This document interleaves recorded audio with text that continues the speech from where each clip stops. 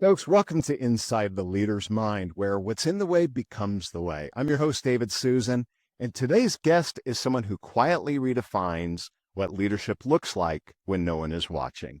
Robynn Storey is the founder of Storeyline Resumes, a multi-million-dollar company that has helped hundreds of thousands of people find work, find confidence, and find their voice at some of the most vulnerable moments of their lives.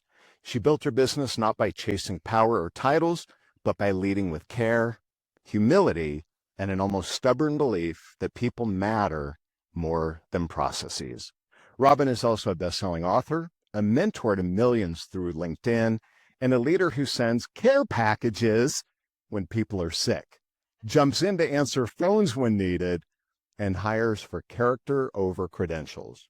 Her story includes walking away from a high-paying executive role, waiting tables after that to build something meaningful, and creating a culture where ego has no seat at the table. I'm excited for this conversation because Robynn doesn't just talk about leadership, she lives it. Robynn, welcome to Inside the Leader's Mind. That was so lovely. Thank you very much. I'm thrilled to be here. I am thrilled to have you here.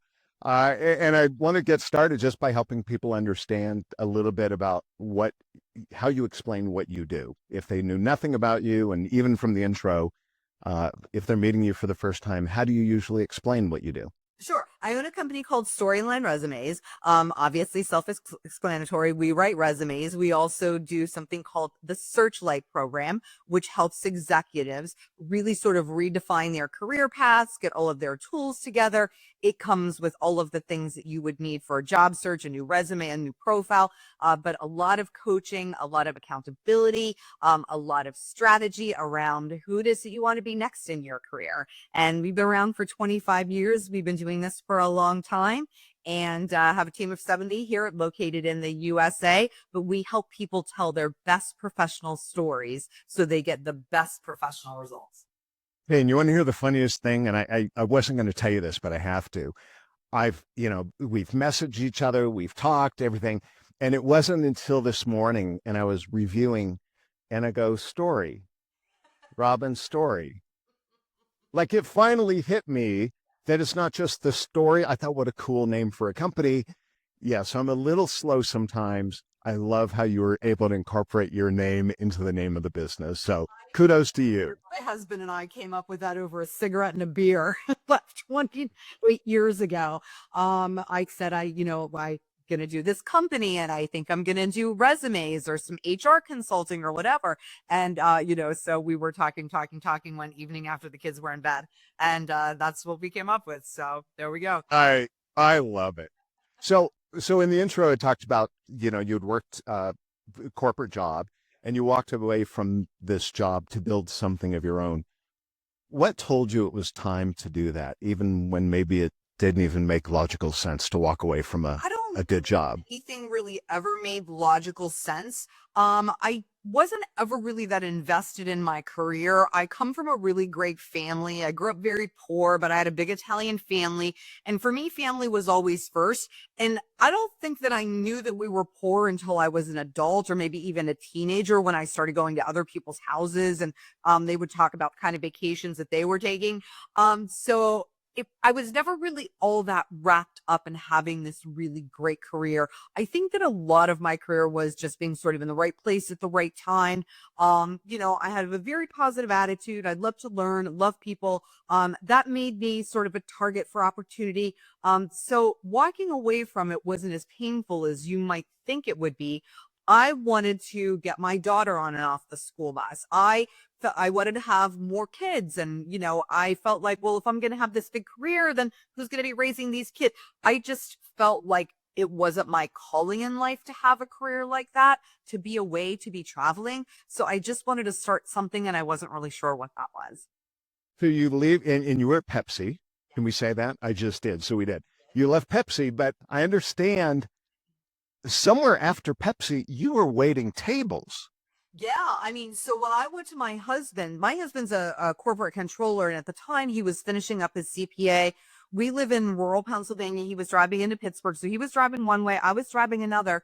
And I just said to him after a while, I said, I don't want to do this anymore. I don't want to be away. I commuting too many hours. I felt like I was missing too much of our daughter's life. And I said, I want to quit. And, we talked about this earlier, but when you grow up poor, you're sort of always used to kind of managing without or managing your budget. And he had no hesitation. And he said, okay, I'll make you a deal. You can quit, but you have to find something, some sort of part-time job or something to cover the groceries for a year.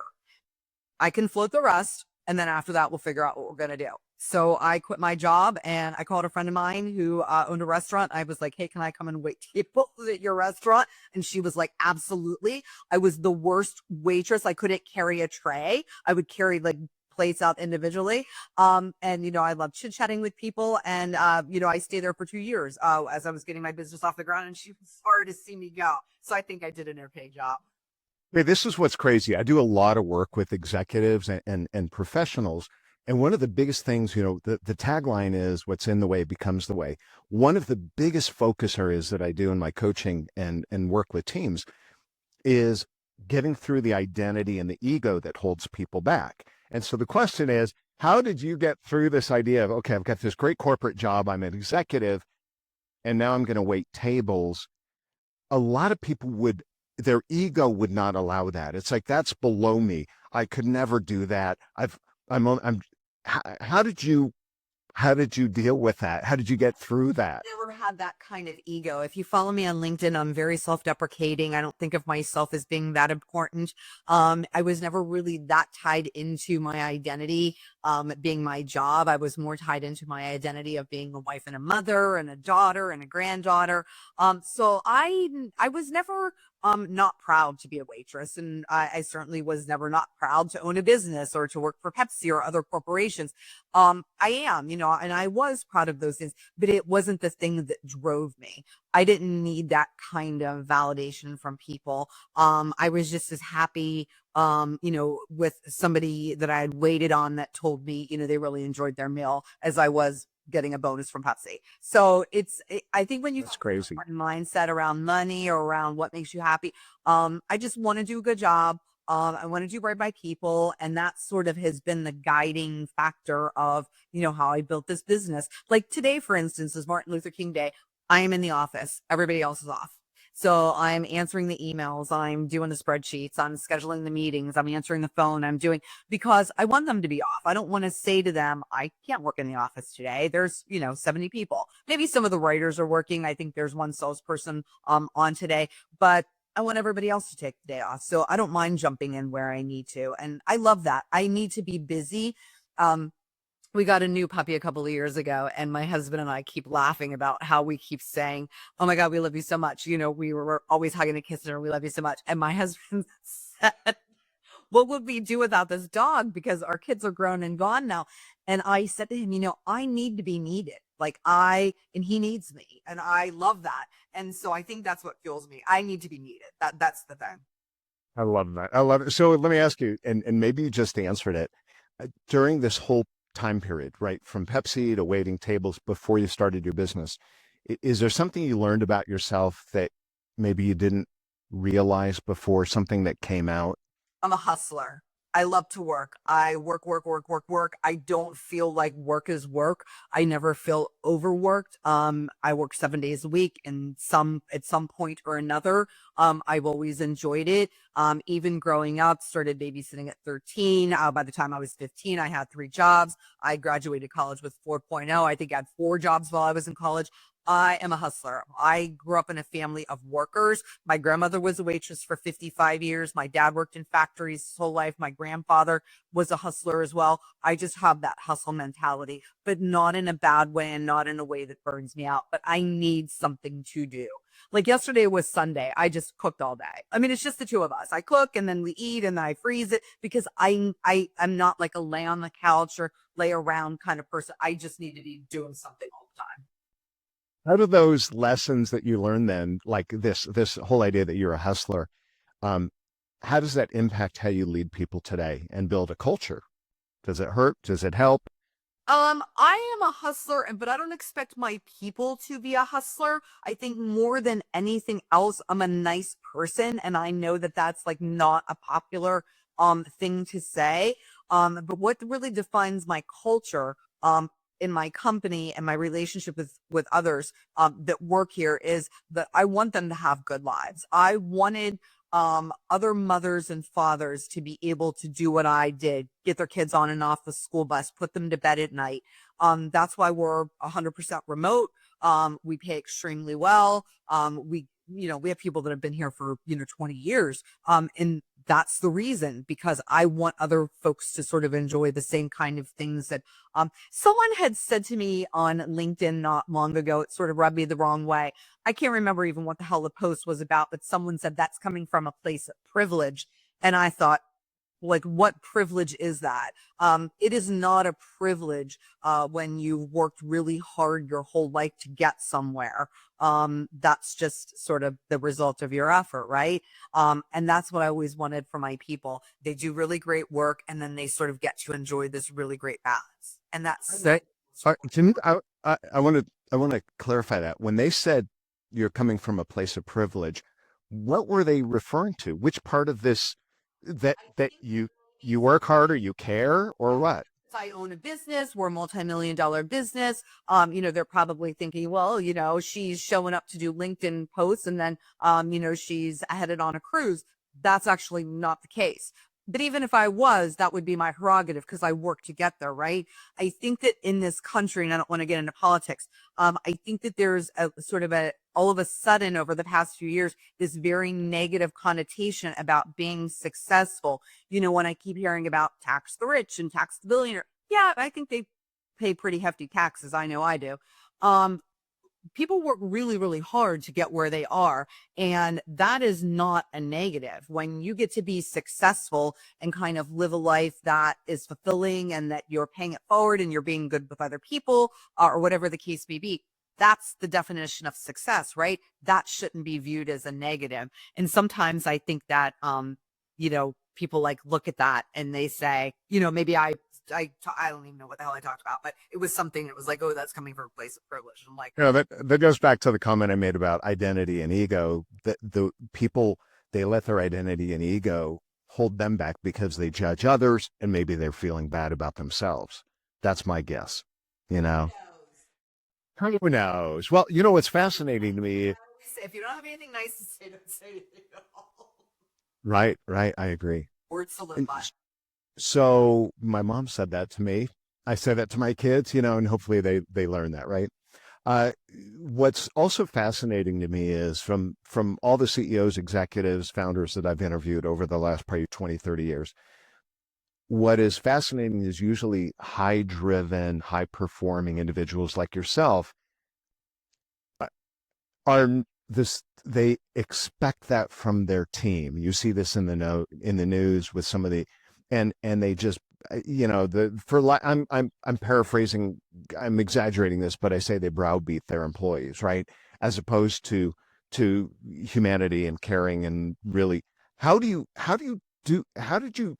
do you have to work at that, or was that easy? Because typically high achievers expect that. Yeah, I think it's sort of a normal byproduct of my personality. I am very driven in a way that when I want something, I want it. So if I have a question for you, you better have an answer for me. I feel like there's a trade-off. You've got a really good working environment. You do a great job. It's sort of, I pat your back, you pat mine kind of thing. But if I go to a staff member and I have a question and they can't answer, or I need something from them or something was due to me, we're going to have a conversation about that. I'm very straightforward. I don't bullshit. I don't beat around the bush. It becomes a balance, but everybody kind of knows that about me. So, my daughter, Alexa, really runs the day of Storyline operations. She's a brilliant leader. She's the sweetest human being. Very, very smart, also empathetic, which I think that she sort of gets from me. But sometimes I'll show up and I'll just start messaging people and she'll say, Mom, why are you here making people nervous? And I say, well, because if I have a question, I want an answer. What happened on this particular day? Or I got a note from this customer and they were unhappy about something. Somebody explained to me what happened here so we can fix this and not let this happen again. So I'm extremely direct. I don't ever get mad. But if I want to know something, I want to know it. But on the flip side, I also am incredibly family oriented. I want people to have balance. I want people to be happy. I want people to be well. You mentioned about the sick packages, which has sort of become kind of this running story that we tell at Storyline. I had a young marketer one time who her boyfriend got the flu. And I happened to be out of the office that day, and all of my staff has my personal cell number. And anyway, I was out and about doing something, I can't remember what, and my phone rang, and it was her. And I said, "Oh, hi." I said, "What's going on?" And I said, Is something wrong?" And she said, "My boyfriend has the flu, and I don't know what to do." And she called me. Because she knows I'm a mom and I know these things. So we talked about it. We talked about his symptoms and what she should be doing and blah, blah, blah, blah, blah. And then I sent them a little care package, of course. And that was kind of the end of it. And then a couple of days later, she's like, "Oh, thank you so much. He's feeling so much better." And to me, I don't care how many millions of dollars you might have made, how many people you have employed. If someone on your team can call you for advice about something personal, and feel comfortable, you've won. And define win. That people that work for you trust you and like you and admire your either personality or your character enough to share something personal of themselves and ask for your input. That to me is like a mom thing. And I, first and foremost of anything, always wanted to be the best mom. Love that. How does that show up in the team members, in their work ethic, their engagement, turnover, which you kind of mentioned earlier? But does that have a direct correlation, do you believe? And how does it?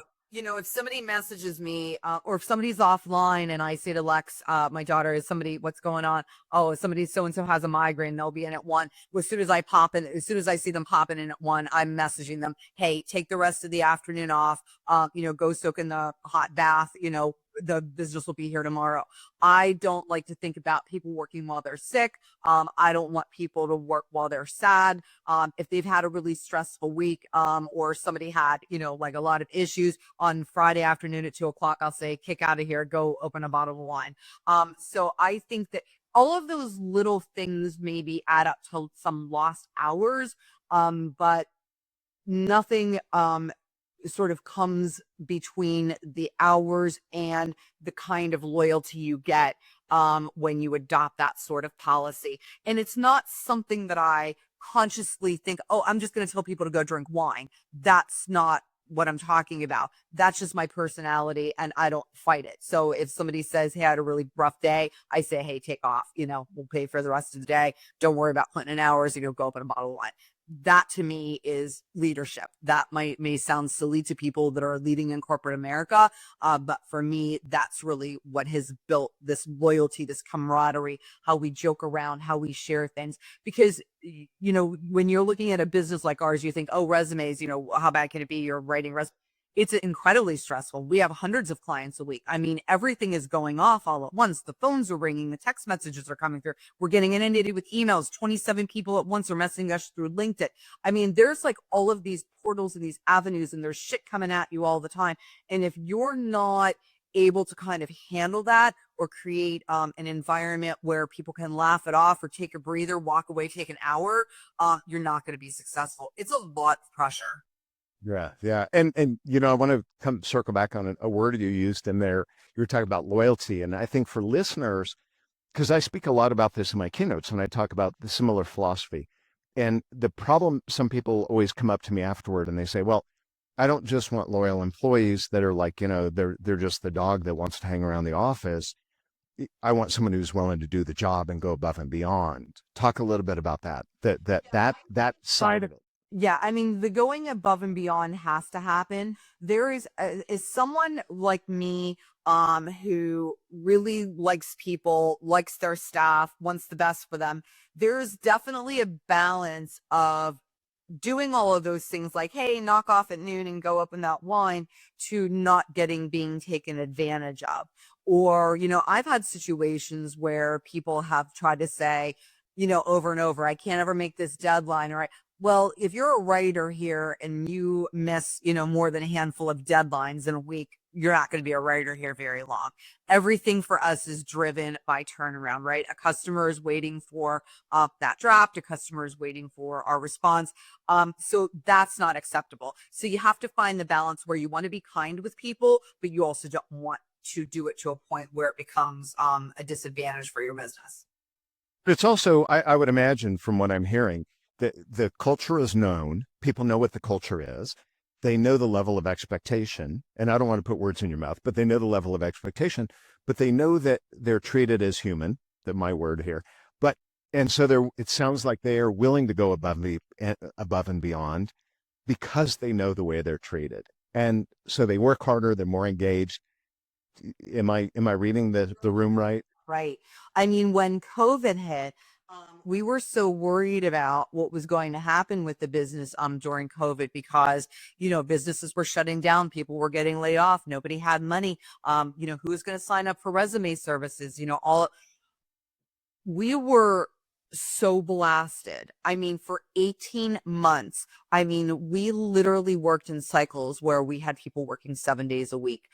We could not hire fast enough. We grew so much during COVID because people at the very beginning, they decided, I love working from home. I never want to go back to an office. I really like this balance. I think I want to shift my career. I think I want to do something different. I think I want to look for a new job. I think I want to do this. And I mean, it was insane. I mean, we were literally here. I was here 7 days a week. Lexi was here 7 days a week, not all day, every day, but in some capacity. And then we would go to the writers, at the time, then I think there were maybe 42 writers, and would say, can anybody take some weekend projects? And people would raise their hands. And then the next week would say, can anybody take some weekend projects? People would raise their hand. We always gave them a spiff. Okay, we'll pay an extra amount because this is like, weekend time or whatever. But we needed to get these products completed into these customers. So yeah, I mean, bonkers, right? But everybody was willing to help out. Everybody did. I mean, I had a staff member one time. She was just phenomenal. She was always in the office. And it got to the point where, like, I come in on Saturday mornings early. I'm usually up around 4:30, 5 o'clock in the morning. I get my cup of coffee. I enter in the office. It's nice and quiet. I can answer requests for advice. I love to dole out advice to people on LinkedIn or, customers of ours. But anyway, she was always in Saturday morning, Sunday night, Sunday afternoon. And I said to her, why are you here on the weekends? I don't really want you to be here on the weekends. And she was like, oh, I just want to check on this. I want to check on that. And I'm like, yeah, well, you're married. You have kids. My kids are grown and gone.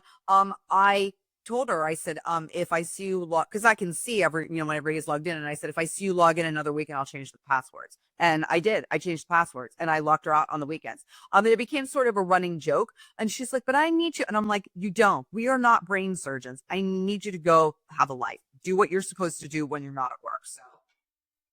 So I do for the loyalty in that situation. Holy cow, right? I mean, people get very invested. And I know, like, our customer service manager, she's like that as well. At night, especially, I think after, dinner's done and kids are, homework is done and kids are in bed, she'll log in and this and that. And I'll see her pop up on Slack and I'll say, what the hell are you doing here? Get out of here. And she laughs. She's like, I can't ever get anything past you. So I was corporate America. I was IBM and other large corporations. Is this, in your opinion, this style of leadership, could you do the exact same thing? Not exact, but could you lead this way if you went into corporate America today and still have the loyalty and of the team and the engagement of the team by treating employees this way? Is it possible? Yeah, I think it's possible.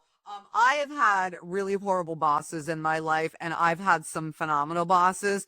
And I had this one boss at a job right out of college, and there was a guy that I had dated. This was so many moons ago. But anyway, he couldn't let it go. Kept showing up at my place of work, kept calling me on the phone, kept doing this, kept doing that. Well, my boss at the time saw how upset I was because, like, I couldn't get away from this guy, which is super, super persistent. And I'll never forget.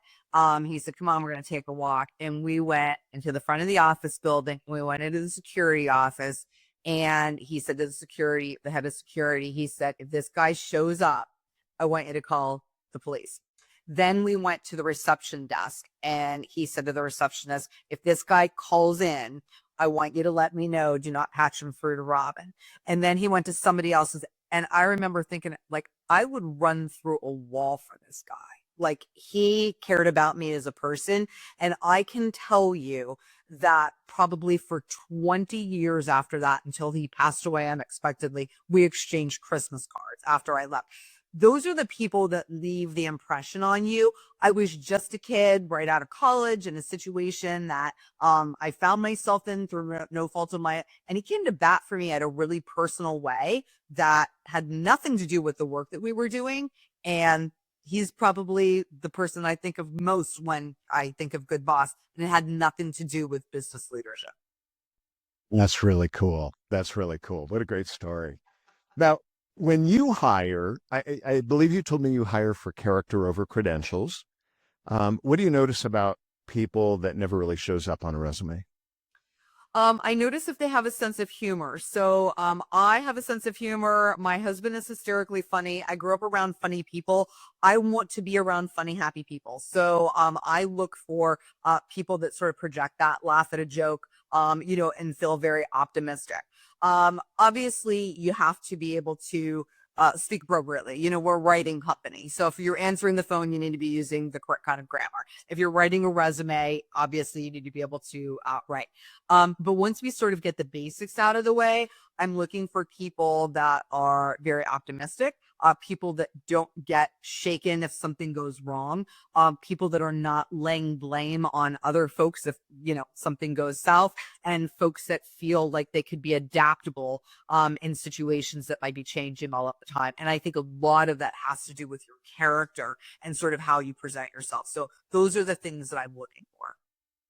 What about in corporate America? One of the things that I saw when I was hiring people, I was looked at, I hire for character because that's what I learned at IBM, right? IBM, you hire for a character. If you look at Chick-fil-A, the kids they hire that are 15, 16 years old, they hire for character. Trader Joe's, right? They hire for character.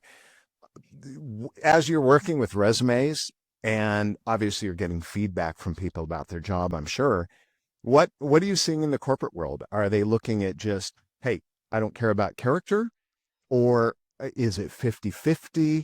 What have you seen in and have things changed over 25 years? Elimination of any kind of personality characteristics that are coming out in the interview process, because so many companies are automating their vetting processes.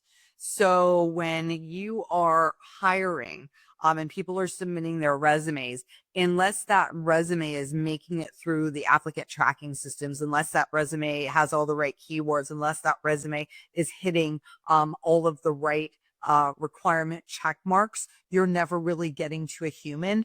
Once you do get to a human, it also feels to me like everything is very much automated. Same kinds of questions. Tell me about yourself. Tell me about a time when you blah, blah, blah. I feel like the personality has gone out of the hiring process. And back in the day when I was in HR and we talked about the internal HR compass, you either have it or you don't. I think that it's almost been automated out of people that have that compass, being able to follow your instinct and hire. Yeah, maybe you don't check all of the boxes, but I still think you would be great because of X, Y, and Z. It's like in hiring, that latitude is gone. Companies aren't giving their HR folks the kind of latitude they need to make those kinds of hires. And I think that it all ends up being we're checking boxes. We're checking boxes. We're checking boxes. We're covering our asses. This person doesn't have the right kind of credential or the right kind of degree or the right kind of this or the right kind of that. If something doesn't work out, it's going to be my fault. So I would rather maybe hire somebody that isn't as vivacious or gregarious or neurodivergent or whatever. But I've checked all the boxes and I've covered my ass. And I feel like we're going way in the wrong direction in hiring based on that. And I've been And what's happened for years. what's the risk to the organizations that do that, do you think? Well, I think you end up with a lot of people that look and sound and talk and think the same. I did a LinkedIn post a couple of years ago that sort of took off unexpectedly. And the headline of the LinkedIn post was, "Where are all the weirdos?" Growing up or coming up through jobs, you always had that one weird guy or that one weird girl that dyed her hair pink, or the weird guy that, showed up in, no socks and whatever. But they were smart. They knew how to fix things. They knew how to do things that other people didn't know how to do. And I think that we've lost the capability for hiring weird or quiet or introspective or shy. It's like we all have to be able to answer all of these questions correctly. We all have to be able to, fill out pass this personality test correctly. And I don't think everybody can. And I think that's a problem. It's fascinating. I don't know the current statistics on this, but I'll bet if you look at, even though companies go through the process they go through now, I'll bet they're still maybe batting 50%, I'll bet less, of good hires. 40% What is it? of hires are considered bad hires. That number has been fairly consistent over the past decade. So basically what that means is that 40% of the people that you've hired during your 17-step interview process are not going to work out. They're going to leave before the first year. They're not a good cultural fit. They don't understand the requirements for the job. For me, that seems to be more of a company problem than a person problem, which means that onboarding, training, performance, development support is almost non-existent. So all of those things then add up to 40% of hires are bad hires. So, I'm old enough to remember, and you may be old enough to remember too, when you walked into an office, he handed the receptionist your resume, and maybe the manager came out and had a chat with you, and pretty soon, they were offering you a job, right? And you stayed for 20 years, you stayed for 10 years, you stayed for 8 years. Now we're making people go through much more intensive processes, interviews and panel interviews, and personality tests and skills assessment tests. And some people are doing bot interviews, and now we're doing blah, blah, blah, blah, blah. And still you're coming out at 40% or bad hires. So your processes have gotten much more involved, but it hasn't really improved outcomes. And I think that's something that needs to be studied. Especially because we're not using gut instinct. I talk about this a lot where, when we're in a room, and this is I'm working on this article right now. And when we're in a room, there's a different level of energy between people compared to phone, paper, or even, video. And I think a lot of that human instinct that we have had millions of years to hone, we're not leveraging anymore. And that's, I think, part of the big mistake. And people are getting weaker and weaker at their ability to tune in to human behavior. Is there second guessing? I've never seen so many offers rescinded like we've seen in the past 2 or 3 years. I mean, people that are literally picking up and moving across the country, and something somewhere sets off an alarm, and we're rescinding offers for people that have sold their houses and moved their kids. Like, to me, it's insane. It is such a lack of accountability, and such a lack of character on the part of both people and companies that sort of allow this kind of thing to happen. I just don't think there's any accountability anymore and you can't legislate everything, right? So a lot of states legislate you have to be transparent about salary ranges, right? Well, why wouldn't you be? Why do I have to tell you that? Shouldn't every job description include a reasonable range? Like, why would I have to put a law in place? I mean, it would save me time. It would save you time. If you're $100,000 guy, right, and you're looking for a $110,000 year job, you're not going to go through a 6 or an 8 week interview process for a $75,000 one. There is no amount of bedazzling at the end of that process that is going to convince you that this job is worth it for 75K when you're looking for 110, right? But companies still think they're going to get to that. And I'm going to hide that. I'm going to keep this salary close to my vest. And they're going to love so much what we're doing here, even though we're not going to pay them what they're worth, they're going to say yes to the job. It doesn't happen. It just wastes everybody's time. Everyone's time, right? I have found the easiest way in the hiring process is be so transparent. Here's what the job is. This is the hard part of the job. This is where you're probably going to struggle or fail.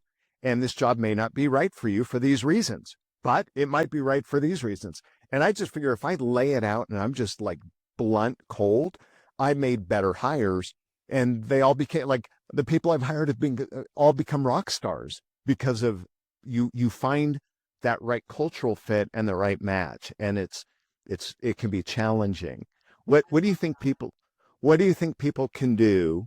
Obviously, we want companies to do different. What can people that are looking for work, that are looking for career change, what can they do to play in this system better?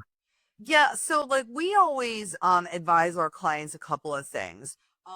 The first is to get it up front, right? When you're talking with a recruiter, someone's reaching out to you for an opportunity, set expectations up front. And it's okay to ask a couple of questions. Things like, how long is this process going to go on? Why is this job vacant, or what happened to the person, before me? And then, what is the salary range for this position? And if you're not getting a straight answer to those things, or if you hear things like, oh, there's been 4 people in this position in the past 2 years, like you want to run, right? Because somebody's being set up to fail for whatever reason. Unless, it's just a really difficult job and maybe they haven't found the right person.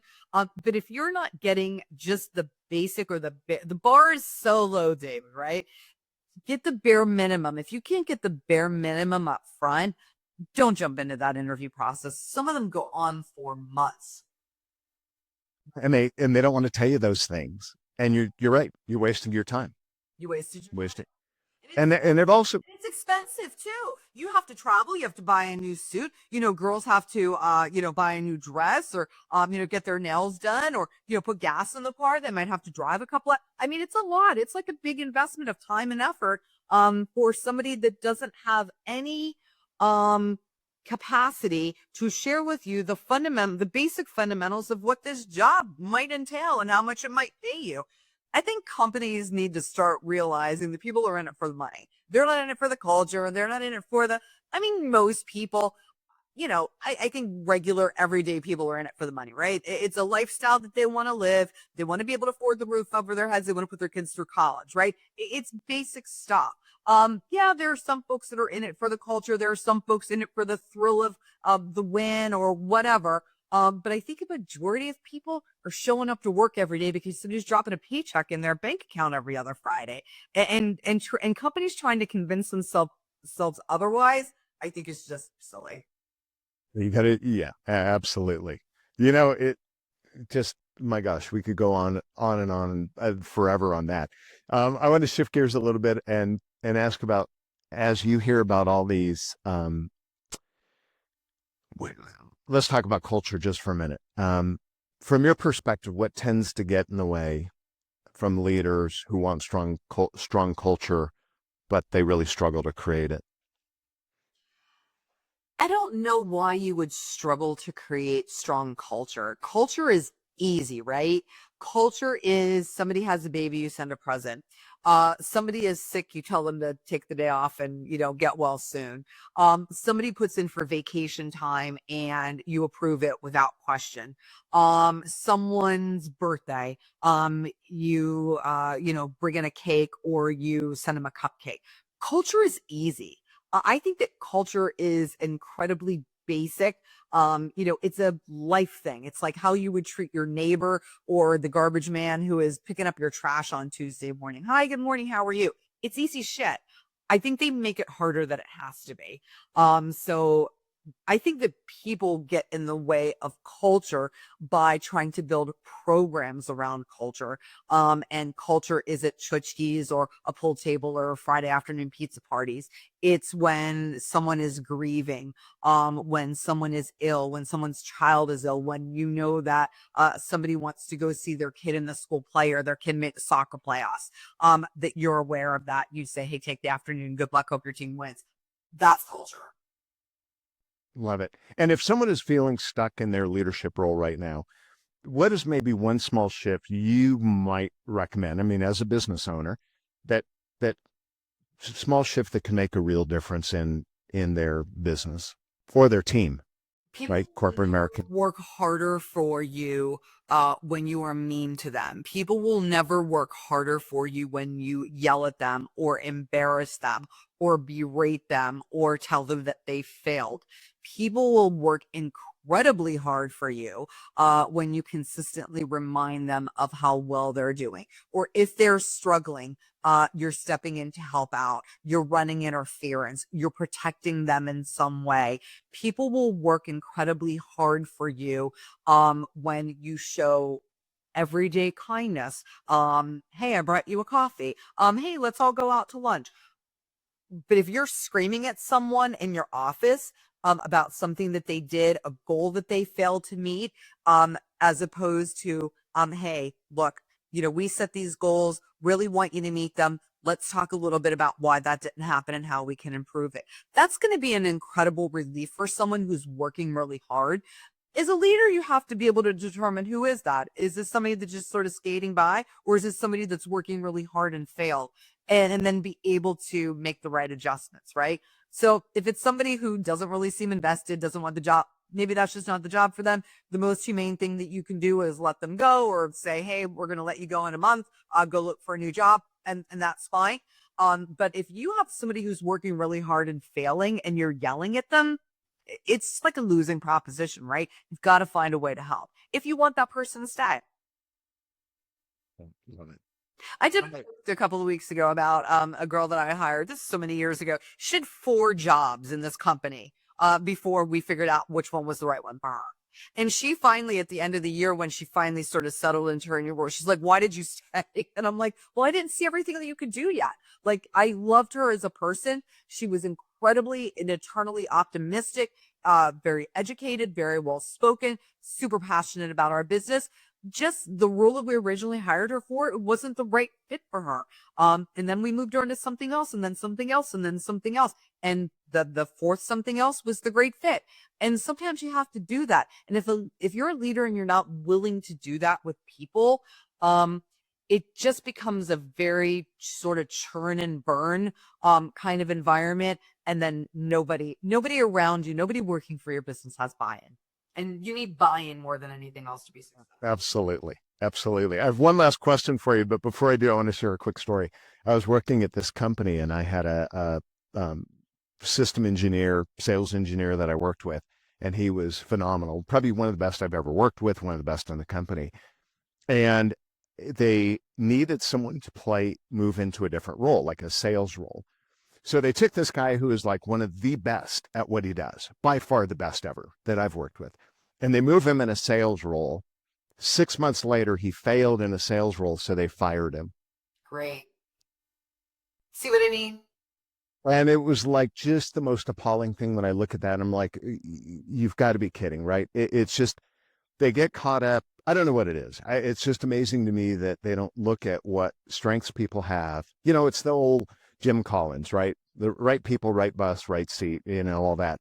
And realizing where people are good and identifying, because you typically hire people for a reason. You see a spark, you see something in them, but then we screw it up. It's like hiring John Elway, Peyton Manning, right? Tom Brady, if you're football fans, and you go, man, you're a great quarterback, but you know what? I think I'm going to have you play, wide receiver. I'm going to be punt. You're going to be the new punter. That's I like that even better, right? And then they fail at it, and they're like, well, like what are you doing? Yes, and capitalize on people's strengths. But also we have to talk to people about what they like to do. Because when you like your job, it doesn't really feel like a job. So that'll not work. True, right? When you love what you do, you never work a day in your life, the old saying goes. Yeah. However, that I believe that hook, line, and sinker. But I think when you're passionate about what you're doing, it doesn't feel like work. I'm in here 7 days a week. I have been doing this for a very long time. And I always say every day feels like Christmas Day at Storeyline, because I never know who I'm going to hear from, what email I'm going to get, what story I'm going to hear, the person I'm going to meet. If I didn't feel that way, then I would be drudging through 7-day work, right? So you have to kind of love it. You have to kind of want to do it. And why take people out of an element that they love to do something they don't want to do? Right. Doesn't make any sense. Not at all. Not at all. It's trying to prove. Love it. Love it. All right. Last question. This comes from if you haven't heard the podcast before, this comes from a couple places. When I was a kid, I remember my aunts and uncles would come to me when I was little. How's school? Good. How are you? Good. And that was the end of the conversation because they didn't know what questions to ask me. And in the back of my mind, I was like, well, why don't they ask me about, computer club, or why don't they ask me about gym, or why don't they ask me about, that I just won a blue ribbon, or, whatever. And then then I've got 3 kids, and I was having a conversation with one of my daughters sometime back, and it was like, Dad, you're being nosy. Then in another conversation, it's, Dad, you don't know anything about me. And I'm like, okay, so in the back of my mind, I'm thinking, okay, great. What question do you wish I would ask you that I haven't asked you because you want to be able to tell me something? So my last question for you, Robynn, is that what is the question you wish people would ask you, but they just don't know to ask you? I am a very well-known lover of donuts. It's sort of my thing on LinkedIn. People tag me in their donut videos. So you did not ask me, Robynn, what is your favorite donut? My favorite donut is vanilla cream filled. What is it? Vanilla cream filled. Nice. Oh my gosh. Box of donuts. There's the question. But that was not what I was expecting. I thought there'd be some this deep meaning. I love it. I love it. Well, Robynn, you have been an absolute joy to have as a guest. If someone wants to learn more about you, Storeyline, what is the best way for them to learn more or get in touch? Anyone who wants to learn about us, they can find me on LinkedIn. Now, my legal name is Roberta, but I go by Robynn, Robynn Storey. Find me on LinkedIn. Send us a note through there, or you can check us out on our website at www.storyline with an E, STOREYLINE, resumes.com. Oh, man, fantastic. Well, thank you so much for being such a great guest. I so appreciate you taking the time with me today.